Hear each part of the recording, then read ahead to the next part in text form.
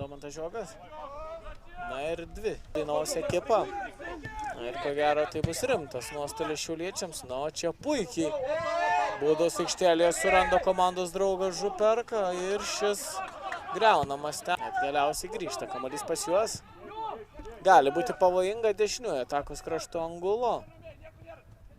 1 prieš 1 bandys žaisti, perdamas į baudos aikštelę. Čia puikiai suranda 7 numerį Borcha.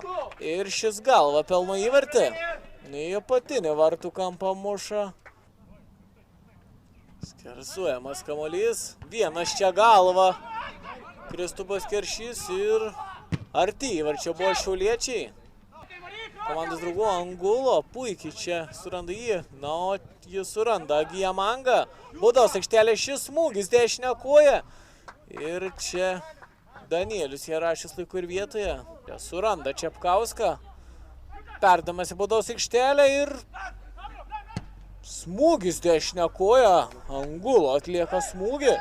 Suranda šis Valucka. Davidaitis. Gruodis. 1 prieš 1 gali žaisti šis.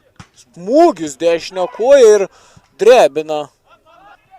Išmušti kamuolį. Ataka nesibaigė. Duarte, smūgis dešinio koją. Ir virš vartų. Perdamas į baudos aikštelę. Galvas smūgis ir Brungo ekipai tiek labiau atsikvėpti ir patiems užpulti.